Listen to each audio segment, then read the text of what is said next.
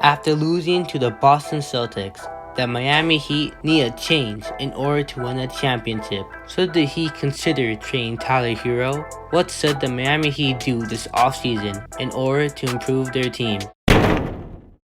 What does the Miami Heat actually need to improve their team? They are already an amazing 3-point shooting team. They have tremendous depth and they have a fantastic mix of veterans and younger players. The only thing that Miami needs is another all-star around Jimmy Butler. How much salary cap does the Miami Heat have this offseason? The Miami Heat unfortunately have zero salary cap, but they have a $10.3 million mid-level exception. Unfortunately, $10.3 million is not nearly enough to sign an all-star. The only way that the Heat can get an all-star is through a trade. Before we get into any blockbuster trade, we must talk about Duncan Robinson.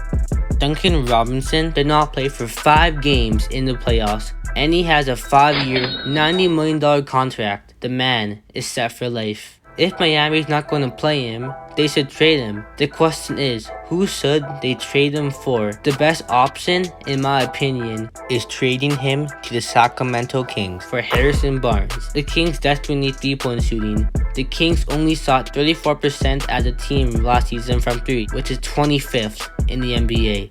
Yikes. Duncan Robinson is a lethal catch-and-shoot threat, which will indeed be helpful to the Sacramento Kings. Harrison Barnes will also greatly help the Miami Heat. The biggest issue with Duncan Robinson is his defense. This was the main reason why Duncan Robinson was benched in some playoff games.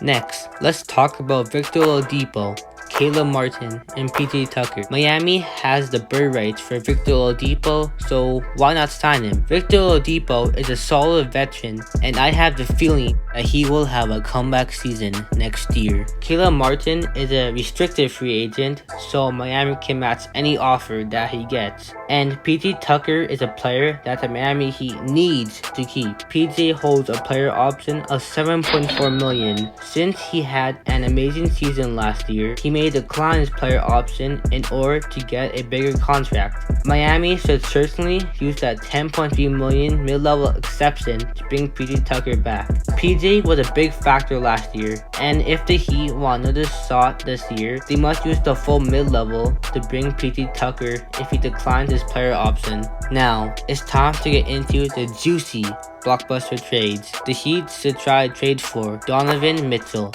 The Jazz and Mitchell are uncertain about their future, and this is a perfect opportunity for the Miami Heat. Unfortunately for Miami, in order to get Mitchell, they must include Tyler Herro in the trade. I know what you are thinking. How are the contracts going to work? You did a Duncan Robinson trade earlier in the video, so how are the salaries going to match? In order for them to match, the Heat should include Kyle Lowry in the trade. Yes, I know.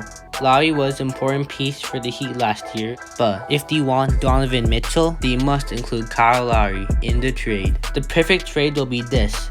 The Jazz receive Tyler Herro, Kyle Lowry, a future first and a future second, and the Heat receive Donovan Mitchell. If Miami does all these moves this offseason, their team will look like this. Their starting lineup will consist of Donovan Mitchell, Max Strus, Jimmy Butler, PJ Tucker, and Bam Adebayo. The bench will consist of Gabe Vincent, Victor Oladipo, Harrison Barnes, Caleb Martin, and Omar Yurtseven. This is undoubtedly a deadly 10-man rotation. If they do all these moves this offseason, they will be major title contenders next season.